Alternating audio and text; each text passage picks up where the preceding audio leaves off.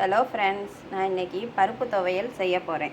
இந்த பருப்பு துவையல் வந்து புளி சாதத்துக்கு ரொம்ப டேஸ்ட்டாக இருக்கும். சைட் டிஷ்க்கு சூப்பராக. பருப்பு துவையல் செய்கிறதுக்கு பாருங்கள், பருப்பு எடுத்து வச்சுருக்கேன். கொஞ்சமாக ஒரு கை பருப்பு எடுத்து வச்சுருக்கேன்.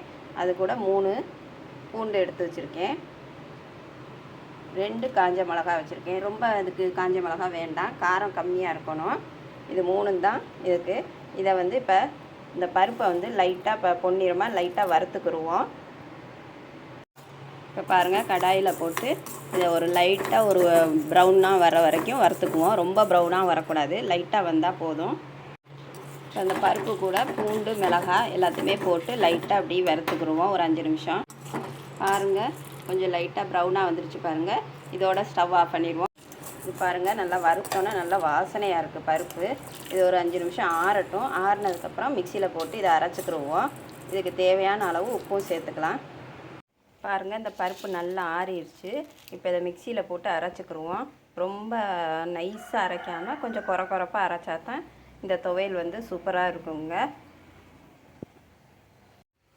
பாருங்கள், இன்னும் கொஞ்சம் குறப்பாக அரைக்கணும். இதில் தேவையான அளவு உப்பும் போட்டுக்குவோம். பாருங்கள், இந்த பருப்பு பொடி அரைச்சாச்சு. பாருங்கள், நல்லா குறப்பாக இருக்குது. இந்த அளவுக்கு குறப்பாக அரைச்சிக்கிறோனுங்க. ரொம்பவும் வந்து பொடியாக அரைக்காமல் கொஞ்சம் குறப்பாக அப்படி அரைச்சிக்கிறணும். நான் வந்து தண்ணி ஊற்றாமல் அரைச்சிக்கிட்டேன். ஏன்னா மிக்சியில் கொஞ்சமாக போட்டு தண்ணி ஊற்றினோம்னா அரைக்காது. அதனால் தண்ணி ஊற்றாமல் அரைச்சிக்கிட்டேன். இப்போ தண்ணியை ஊற்றி இதை மிக்ஸ் பண்ணிக்கலாம். கொஞ்சமாக தண்ணி ஊற்றி ஃபஸ்ட்டு மிக்ஸ் பண்ணிக்குவோம். இது வந்து துவையல் தான். பாருங்கள், தண்ணி ஊற்றி நல்லா மிக்ஸ் பண்ணியாச்சு. இந்த அளவில் இருக்குது. சூப்பராக இருக்குங்க. இது வந்து புளி சாதத்துக்கு சைடிஷ்னால் இந்த பருப்பு துவையல் தான் ரொம்ப சூப்பராக இருக்கும். இந்த மாதிரி நீங்களும் செஞ்சு சாப்பிட்டு பாருங்கள். இது நல்லா டேஸ்டியாகவும் இருக்கும். நல்லா ஹெல்த்தியானது பருப்பில் செய்கிறனால. இந்த வீடியோ பிடிச்சிருந்தால் லைக் பண்ணுங்கள், சப்ஸ்கிரைப் பண்ணுங்கள்.